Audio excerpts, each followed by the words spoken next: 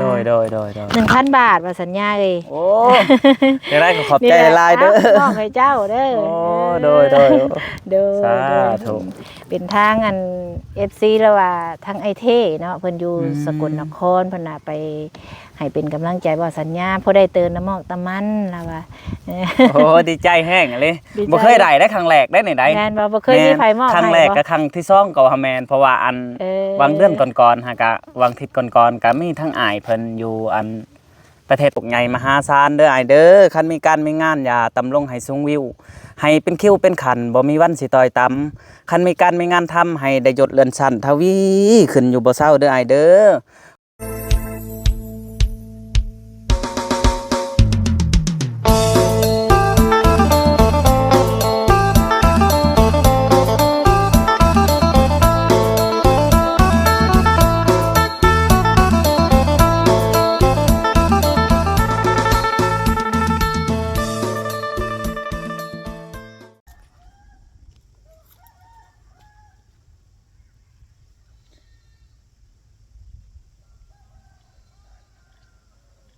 กับสบายดีพี่น้อง FC เบิดสุขุสุขคนก็กันคือเก่าคือเดิมเด้อกับส่องกับคนมาบ้านเฮาพบคือเก่าอากาศมันร้อนอบอ้าวพี่น้องฝนมันคือสิตกนี่แหละมื้อนี้ก็ได้แต่มื้อนี้ยังบ่ตกเหมือนทางใดนี่เด้ตกเนาะเมื่อกี้นี่พี่น้องสบุญก็เวะเข้าไปมอบเงิน500 บาททางครอบครัวเบาแก้วเนาะวันนี้ก็ทางผู้ใหญ่ใจบุญหรือว่าทาง FC เนาะทางสกลนครเพิ่นให้สกุลเป็นสะพานบุญให้ฝากเงินมา 1,000 บาทให้เป็นกำลังใจบ่าวสัญญาว่าซั่นเนาะพอดีบ่าวสัญญามาพอดีพี่น้องนี่เพิ่นฝากเงินมาให้บ่าวสัญญา 1,000 บาทก็ขอบใจขอบคุณในหลายเด้อทางไอเทเนาะที่ไว้วางใจสกุลให้สกุลเป็นสะพานบุญให้มอบเงินให้ทางบ่าวสัญญา 1,000 บาทขอให้อยู่ดีมีแห้งความเจ็บจะได้ความไข่ยามีปราศจากโรคภัยไข้เจ็บอย่าเจ็บอย่าจนคิดสิ่งใดก็ขอให้ได้สมความมุ่งมั่นปรารถนาเด้อเนาะสาธุให้อยู่ดีมีแห้งอายุมั่นขวัญยืนไปใส่มาใส่ก็ขอให้เดินทางตลอดปลอดภัยเนาะที่ให้สบุญเป็นสะพานบุญให้งานที่ใจสบุญก็ได้เป็นสะพานบุญให้ทาง FC สกลนครเนาะเป็นครั้งแรกเด้อพี่น้องเด้ออยู่ดีมีแห้งบุญคำน้ำสู้ที่ว่ามอบงานให้อากาศจะสังคือห่อนคือคักคือเนี่ยเดี๋ยวพี่น้องเนี่ยก่อนจะไปมอบเงินให้เนาะสกุลแบบอัปเดตหรือว่าลบล้อตามแคมหัวแคมแค่นี่แหละแต่อากาศมันสิห่อนเนี่ยจักหน่อยเนาะอากาศอบอ้าวพี่น้องห่อนแห้งหลายทำบ่ใส่เสื้อแขนยาวก็บ่ได้เลยพี่น้องกอดเนี่ยเด้อคันละแก่เสื้อบันแห้งห่อนแห้งอ้าวเวลาเขาย่างออกเด็กเนาะ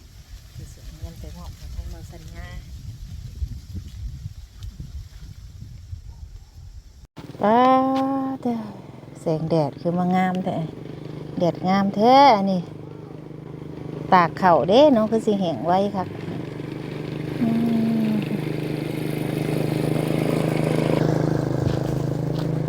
หัวเป็นแค่เนาะทางหัวเพื่อนของน้องอาเบยนะมันต่ำหรอว่าแก้ว่ามีแต่เม็ดปลายอัปเดตมันก่อนใจเย็นๆพี่น้องทางเพื่อนน้องอาเบยกับทางผู้ใหญ่เพิ่นว่าใจเย็นๆคอยเฮ็ดคอยไปบ่ได้รีบบ่ได้ร้อนเนาะทางน้องเพิ่นก็มีบอนพักบอนเศร้าอยู่ขึ้นอยู่กับบุญวาสนาคือเก่าคือเดิมมาแหละพี่น้องทาง FC เฮาก็แนะนำมาหลายให้สบุญเอาสร้างพุ่นเด้อทางเบาจันเบาเตียงเฮ็ดทางเซโปนมันไก่เลยพี่น้องเซโปนจากบ้านกุดซุมนี่มันไกลกันเนาะจากพี่ไปเซโปนก็ประมาณ3 ชั่วโมงพุ่นว่าจักว่า2 ชั่วโมงพุ่นแหละเนาะเพื่อสิฮอดเซโปนนะอีก2จากพี่ไปนี่2 ชั่วโมงส่วนหลายสร้างเขาเจ้าก็สิบ่อยากมานอนคืนนี่น้องมันบ่มีหม่องนอนกันสิมานอนก็จักสิมานอนอยู่ไส FC บางท่านก็แนะนำเอาทิมสร้างแก้วเด้อโอ้อยู่พุ่นก็ไกลพี่น้องบ้านไอ้แก้วผู้บ้านโนนสว่างผู้บ่แม่นใกล้เนาะเส้นทางเลข10มันอยู่ไกลกันทางเฮือนน้องอาเบยเพิ่นแกะหัวออกเนาะดีใจน้ำได้เสาแล้วคักบาดนี้ยังสิทางเบาสัญญามาพี่แหละมันอยู่ห่มพี่แหละพี่น้องคือว่าไม่แล้วก็คักเด้น หน้า15เด้นี่ใหม่เนาะคักยกเลยพี่หัวละแกโอ้ยทันของเรา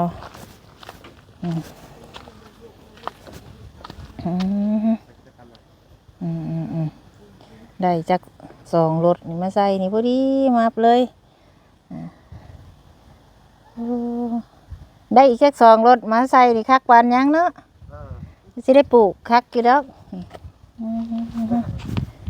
ดินแล้วหัวเราคักแล้วเสาหัวเรามันสูงคัก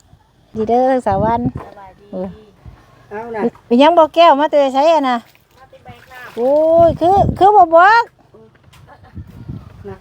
โอ้ย20 ลิตรปุ่นเนาะ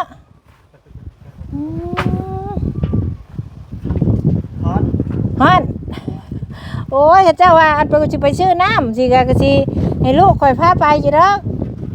เมื่อยมาแต่แบกน้ำมากินน้ำแข็งน้ำเพิ่นก่อนน้ำกระติกข่อยผูกกับบักลายได้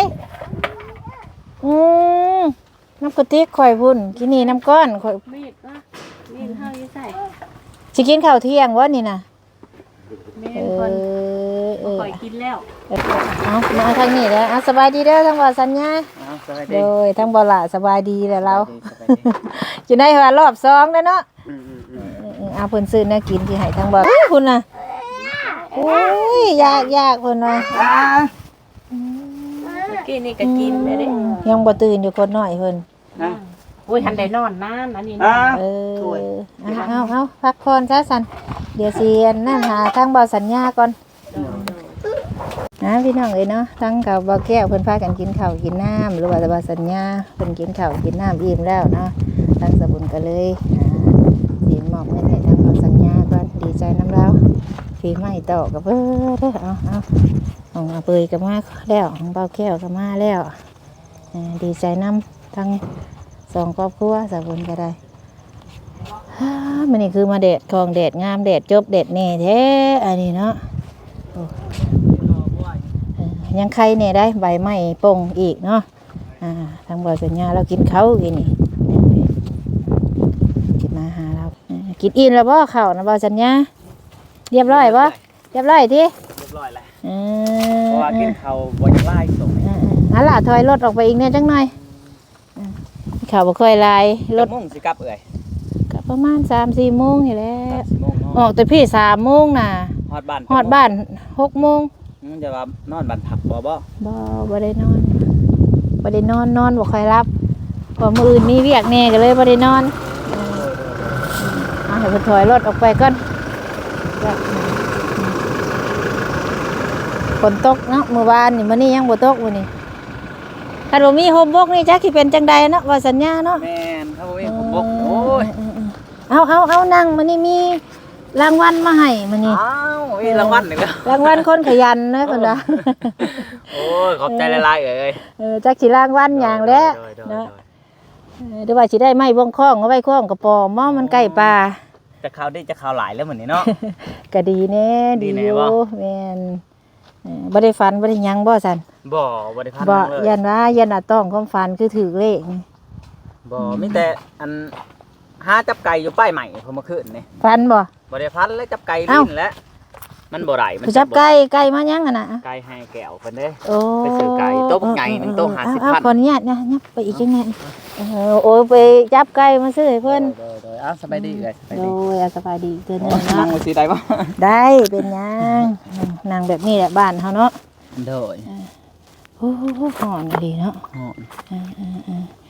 พี่น้องเอ้ยมื้อนี้ก็เป็นครั้งแรกได้ที่ว่าได้นั่งคุยกันกับทางเบาสัญญาเนาะเป็นจังได๋ช่อง YouTube โอเคอยู่ได้เจ้าวิวเจ้าก็เนาะบ่ซุมื้อนี้มันบ่อยากไปคันลงไต่แล้วบ่อยากไปหรอกคันไปเขตแบบว่าอันเขตทางใต้ก็บ่อยากไปแบบว่าบ่มีคนปั่นนำหั่นนะวิวเจ้าก็จังว่าใครข่อยจักข่อยก็รักพันข่อยก็ได้บ่มื้อนี้ตกมื้อนี้ยังบ่ได้พันมื้อนี้ตกแห้งเลยข่อยคือกันแล้วก็แต่กลับมาแต่เวียงเนาะเจ้าหาก็ตั้งได้โดนเติบแล้วบ่2เจ้า2 ปีแล้วได้2 ปีก็มันบ่แม่นใช้บุญไปเรื่อยๆก็คืออยากบอก FC ก็ได้ช่วงแรกๆตั้งแรกๆก็คือไปห้องเพลงโอ้ห้องเพลงแล้วก็แต่งเพลงบัดนี้เป็นนักแต่งเพลง แต่งให้บุญเพ่งห้องให้จังได้ผ่านช่องให้ โอ้เจ้าน่ะเป็นแต่งเพลงเป็น แต่งเพลง โอ้แต่งเพลงก็เป็น โดยแล้วก็อัน เออ ทั้งหมูทั้งสองเข้าบ่ลาบ่พรนอนอยู่หน้าหั่นเด้แล้วก็พาไปหาถ่ายวิถีชีวิตทั้งเมืองน้องเซโปน อืม แล้วก็ไปเปลี่ยนไปประสันอีก หลังจากนั้นแล้วก็ เอาเบิ่งเด้อ อ่ะ อันนี้นี่บีบหัวเอาคุยกับเราเบิ่งก่อนเนาะถามสัมภาษณ์เราเบิ่งก่อน โดย เออ หลังจากนั้นแล้วก็อันลงมาจังได้เฮ็ดไส้บุญ อืม จังได้เฮ็ดไส้บุญก็ยังว่าโอเคอยู่เฮ็ดไส้บุญแล้วก็ อืม บัดนี้ก็สิเฮ็ดไส้บุญตลอดไปเลย เพลงหยังเจ้าห้องหาเพลงเจ้าหา เพลงลาย โอ้ ลายพี่น้องเอ้ย ซื้อเพลงในใดเนี่ยหรือว่าข่อยเคยได้ฟังอยู่บ่ คันเจ้าสิได้พังก็พังแต่เพลงอายบุญเพ่งเพิ่นห้องนั่นแหละเมียมีสู่กับพังหักเศร้าอัมพวัง มีอ้ายมีชู้ แม่นเมียมีสู่ โอ้เจ้าแต่งบ่ โดยแม่นเลย โอ้ ก็เข้าไปอันในช่อง YouTube เขียนว่าเมียมีสู่ก็เฮ็ดแล้วแหละ ม หรือว่าพังหักเศร้าอัมพวังก็เฮ็ดขอยเป็นคนเล่นมิวสิกเอง อืม แต่อายเพิ่นเป็นคนห้อง อืม ให้เพิ่นห้องก็จ้างเพิ่นห้องเลยแหละเพลงละ400,000กีบ โอ้ ช่วงนั้นอันอายบุญเพ่งห้องห่วงแผ่นที่แดนใกล้เด้ โอ้เพิ่น ดัง เพิ่น ดังเพลงเดียว พิ่น แหละ เจ้าเอาลงช่องเจ้าไว้นี่บ่ โดยแม่น โอ้ เพิ่นเจ้าบ่ได้เอาลงสองเพิ่นเพราะว่าเป็นเพลงเฮาเด้ โอ้เจ้าเป็นคนแต่ง โดยแม่น ว่าแล้วก็เป็นอาจารย์แต่งเพลงก็แม่นบ่ โดย โอ้เก่งแน่เนาะ อายุจักปีแล้วเจ้าว่าสัญญา โอ้แก่แล้ว จักปีแก เกิดปี 1997 ปี97 โดย โอ้97 1997ก็มันก็ถึกอยู่อัน28 ปีเนาะ 18ปี ก็พอดีอยากเฮ็ดอยากสร้างเนาะ โด ส ย มือมีแต่วัยรุ่นสร้างโตพี่น้องเอ้ย แม่น ก็ดีใจนํเนาะทั้งน้องเพิ่นก็เฮ็ด2 ปีข่อยก็2 ปีคือกันข่อยก็ เจ้าก็2 ปี ข่อยเฮ็ดช่อง YouTube เจ้าเคยเห็นบ่ ไอ้น้องธงเคยเบิ่งบ่ เอ น้องธ อง เคยเบิ่งน้อง นั่นแหละ ทอง ข่อยเฮ็ดช่วงนั่นแหละแล้วก็ไปผ่านอยู่บ้านน้องธง โดย สองปีนี่ข่อยก็ได้เฮ็ดไปเรื่อยๆเนาะแต่ โดยอันนี้ก็คือทั้งน้องได้ยินมากก็อยากถามเอื่อยใน ว่า เขาเจ้าว่าทั้งบ้านโคกไงกับบ้านพระเจ้าแม่นบ่ แม่น เขาเจ้าว่าเฮ็ดจนยังมืดบ้านบ่ กะบ่เบิดก็สิประมาณ เกือบครึ่งพอแล้วเนาะ บ่ช่วงใหม่ๆก็ช่วงประมาณปีกายนี่ก็สิมีหลายเขาเจ้าอันมาอันนี้เว้าขออนุญาตเนาะแบบช่วงผู้สาวเปิดใจนี่เขาเฮ็ด แต่หลังจากนั้นก็ผู้เฮ็ดต่อก็มีผู้เศร้าก็มี แต่ว่าสายบุญก็สิมีบ่หลาย มีบ่หลายเนาะ แม่นก็สิประมาณช่วงใหม่ๆก็สิประมาณ50ช่วงใหม่ๆแต่ไผก็อยากเฮ็ดอยากลองไผก็อยากอันเฮ็ดด้วยอันความมันอหยังของไผของมันหั่นนะ มุ่งมั่นปรารถนาให้มันเนาะ แม่ไผก็อยากเฮ็ดอยากสร้างว่าอยากหาเงินหาค้ำว่าเฮ็ดไฟนี่มันได้บ่ทุกคนก็เว้าง่ายๆเนาะเห็นทางเบาเตียงเป็นตัวอย่างเพิ่นเฮ็ดก่อนหมู่สินะเพิ่นก็เอาลงเนาะ แม่ เฮาบ่ฮู้ บ่ฮู้ ก็เลย อันนี้ก็เว้ากับเอื่อยก็คืออยากเว้าอันสำหรับอันมือใหม่ที่เบิ่งเนาะมือใหม่ที่เบิ่งก็สำหรับบ่าวสัญญาอยากเว้าตรงๆอันสิเฮ็ดช่อง YouTube ครั้งแรกบางคนก็เว้าใส่โอ้ยว่าเป็นบ้าแล้วบ่ว่าถ่ายจังซั่นจังซี่ อันนี้ผู้ได้มือใหม่ต้องอดเอาแบบนี้เนาะแม่นเพื่อสิผ่านอุปสรรคหลายๆอย่างโอ้จะยากได มา โดย ฮอดจุดนี้ก็บ่แม่นของ บ่ได้ ง่าย ธรรมดา เฮาก็เบิดเงินเบิดคำเพื่อสิผ่านมาได้ แต่มาฮอดจุดนี้เฮาก็ยังบ่ฮู้ดอกว่ามันสิมั่นคงซำใด แม่น คือเห็นนั่นแหละยอดวิวอหยังเฮาก็บ่ขึ้น บ่ เนาะ ขึ้น เฮาก็ถ้าว่าบ่มีผู้รักผู้ใหญ่สนับสนุนเฮาก็ ท่อ ไปบ่ได้ ท่อได้ เฮ็ดสายบุญนี่ โดย ลำพังตัวเฮาเองน่ะ มันเงินบ่เพียงพอว่า เงินบ่ สัญ เพียง ญา พอ แม่น บางทีบ่าวสัญญาไปหาถ่ายนี่อันซื้อนั่นซื้อนี่ให้เล็กๆน้อยๆก็บางทีก็ช็อตไปนํก็มีได้แบบว่าจนบ่มีบางทีก็แทบจะบ่ได้ออกอันไปถ่าย แม่นคือกัน จนกว่ามีเงินในครอบครัวแล้วก็จังเอานะเขาเจ้าแล้วไปต่อ คือช่วง แบบนั้น เฮ็ดใหม่ๆก็ค่อยก็ว่าเจ้าเบิดคือกันได้จนลงทุนแบบเอาเข้าตัวเองซีไปให้ไปสินะแบบไปให้เพิ่น คือกันแนวนั้นคือ แบบเฮาได้หยังเฮาก็เอาไปให้ เอา เป็ ไป น ให้ หยังสิ่งของในเฮือนเฮาสินะเอาไปฝากไปต้อนถ้าเฮาบ่ฝากต้อนบางเทื่อเฮาก็อายนะ โดย แล้วก็พอมีผู้รักผู้ใหญ่เพิ่นคอยสนับสนุนมา อันนี้บาง ก็ใคร บาง แน่ บางทีก็เอาสินเอาเสืออันในเฮือนไปให้ แม่นคือกันคื แต่ กัน ของเองบ่แม่นของอัน ของเฮาเอง โดย ตัวใดที่ บ่ ว่า แม่นของเพิ่นดอก ที่ว่าก็บ่แม่นว่าเก่าเนาะตัวใดเฮา ใหม่ๆเลย ไม่อยู่สิเฮาก็คัดออกไปให้ก็เคยมีคือกัน คือตอนนี้ก็เฮาเฮ็ดฮอดจุดนี้ก็คือเฮ็ดนั่นแหละเนาะเงินเดือน YouTube มันก็บ่ได้มากมายมันมีคนเบิ่งก็ได้คนเบิ่งบ่หลายก็บ่ได้ เดือนวังได้นี่บ่าวสัญญาได้แต่อัน3ล้านนะ จัก เงิน3ล้านเสีย สิ้น จัง เดือน ได๋ สิ้นเงินอีกซ้ำเนาะว่าสั โด ญญาย เนาะ แม่น3ล้านจังได๋ก็คือเงิน3ล้านนี่ก็เอาไว้ในครอบครัวก็ล้านนึงแล้วก็2ล้านนี่เฮาก็อาศัยไปหมุนซื้อนั่นซื้อนี่ให้เขาเจ้าไปหาขายหมู่หันหมู่อื่นหั่นนะ แต่สู้ โดย คือเดี๋ยวนี้พัดคือข่อยกับคือการนั่นแหละช็อตบางครั้งก็ช็อตถ้าเพิ่นบ่ให้มากอะช็อตคือเฮาเฮงเดินทางไกลเนาะ แม่ มีแต่สู้พี่น้องเอ้ยสู้ซ้ำ คันว่าขี่รถใหญ่ไปแบบเอื่อยนี่แฮง เปลืองได้ เปลือง 500,000เติมมา โดย แต่ก็กลับเมื่ออีกคันมามื้ออื่นก็ได้เติมอีกคันบ่เติม5ก็แม่นเติม3สิบ่ให้ขาดแต่ละมื้อ โดย คันว่าเฮาบามื้อหนึงเฮามาไกลสิแม่นเคาะแล้วได้เพราะว่าคันเฮาเติมเต็มถังมันก็ล้านปลายเรื่องเทื่อเงินเฮามันบัดบ่หลายบัดนี้เฮาก็อยากเติมเฮาอยากเก็บไว้แบบ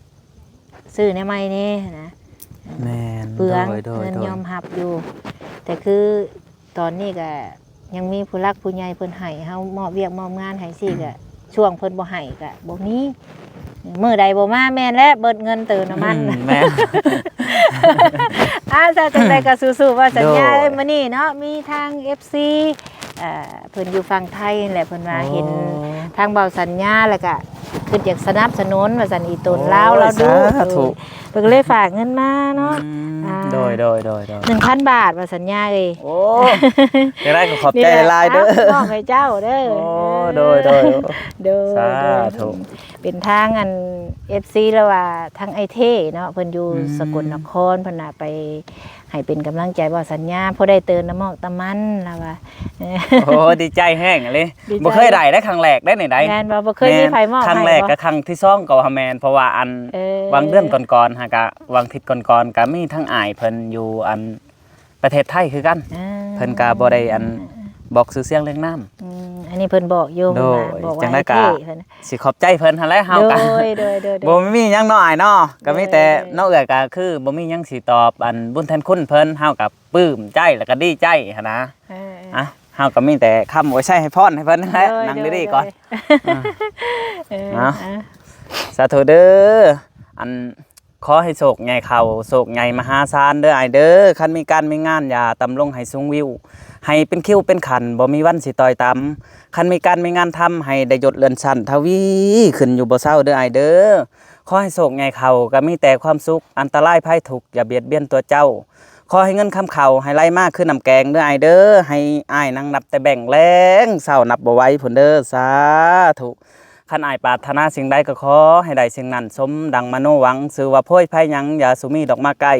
ขอให้เงินคำล้นเต็มท้องล้นไทยความเจ็บไข้ก็ให้เว้นหายสุให้มีเด้อไอเด้อ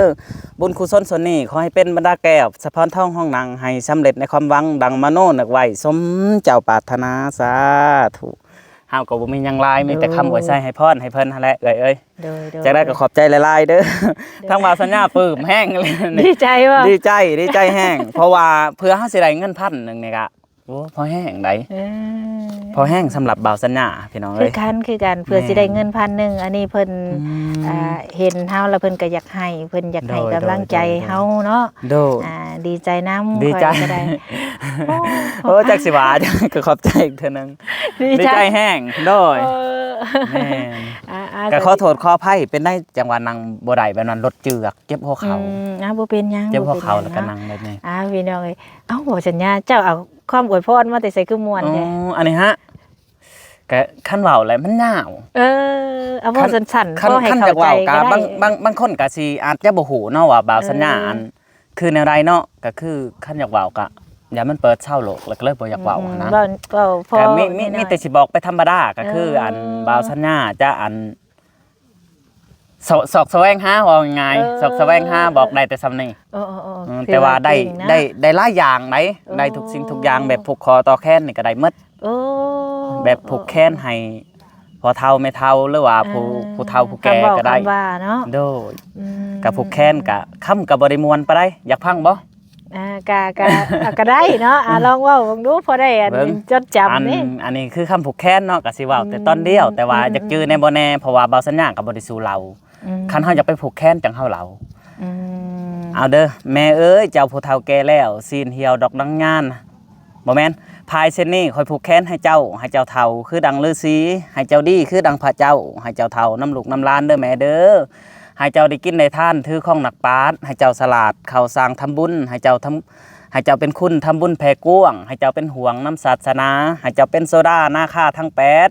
พ้นและแดดอย่าได้ห้อยห้ำให้เจ้าเป็นผู้นำคือฤาษีนารอดให้เจ้าเทิงพญอดแก้วดวงประเสริฐ7ประการเพิ่นเด้อสาธุเฮาก็ว่าแบบนี้ โอ้ฝั่งหนาว นี่คือคำผูกแขน โอ้นี่คือผูกแขนให้ โด ผู้เฒ่าให้พ่อให้แม่ แล้วก็คำอวยพรให้ผู้เฒ่าก็ได้คือกัน โอ้ ก็มันก็สิยาวแน่ตัวนี้ แม่เอ้ยเจ้าผู้เฒ่าแก่แล้วซีนเหี่ยวดอกนางงานให้ทำทานหาบุญคุณส่วนกุศลสูงล้นให้มีสีสมสางทำทานเททอดให้เจ้าหอดสันผ้าวิมานแก้วสวงสบายผู้เด้อแม่เด้อในเมื่อโลกขี้ห้ายย่ำเมื่อเป็นคนอย่าสวนมาหาเบียดเบียนตัวเจ้า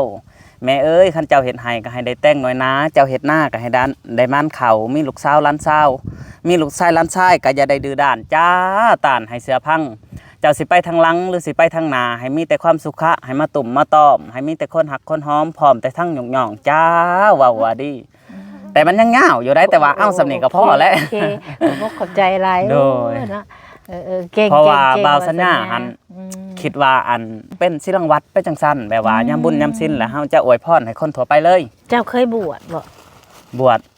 เคยอยู่แต่ยัง โอ้ อายุอัน8ขวบพุ่นใด โอ้เคย แต่บวช น้อย บวช3เดือนก็บ่จือดอก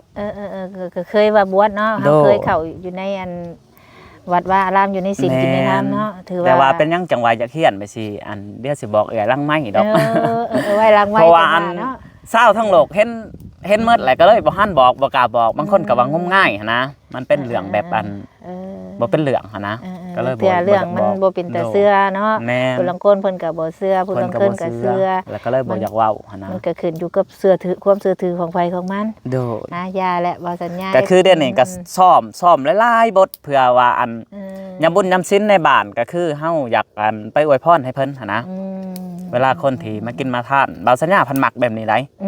ก็คือแลรถเมื่อตามทางนี่บ่าวสัญญาจะอันจมหมดทุกบทนี่จมเมื่อตามทาง เวลาเมื่อนี่ว่า เวลาเมื่อนี่จมในใจได้อันคือว่าม่วนนะแล้วก็ แบ เลย บ จม นึกเมื่อในใจ นึกเมื่อในใจ โอ้ ว่าได้คำอวยพรสำนี้ก็ได้ใจแล้วว่ายามบุญยามศีลนี่จะอวยพรให้คนนี่คือสิคักว่าแบบนี้นะ หาได้อวยพร โดย ได้อวยพรให้ผู้เพิ่นมีพระคุณก็ถือว่าสุดยอดและบ่สัญญาคือทุกข่อยผัดอวยพรธรรมชาติแบบบ่ได้ว่า ไปแสวงมาแต่ใส่แบบมันออกมาจากใจได้ซ้ำนั่นแหละ โดย ได้แต่ให้อยู่ดีมีแห้งบุญค่ำน้ำซุ่มนั่นแหละข่อยน่ะเนาะ โดย จังใดก็ไว้โอกาสหน้าพี่น้องเอ้ย แม่ ค่ะว่ามีหยังก็จังโอ้ล่มกันใหม่ก็ทั้งว่าสัญญาเนาะ โดย มีแต่ดีใจนำเราก็ยังบ่เคยมีไผ บ่เคยมีไผ เอาเงินให้เราจักเทื่อเนาะ บ่เคยเลย จังใดก็สำหรับคลิปนี้พี่น้องเฮาขอจบเพียงสำนี้ซะก่อนเนาะไว้โอกาสหน้าพ้อกันใหม่พี่น้องเนาะคลิปนี้สำบายดีเด้อ สบายดีเด้อ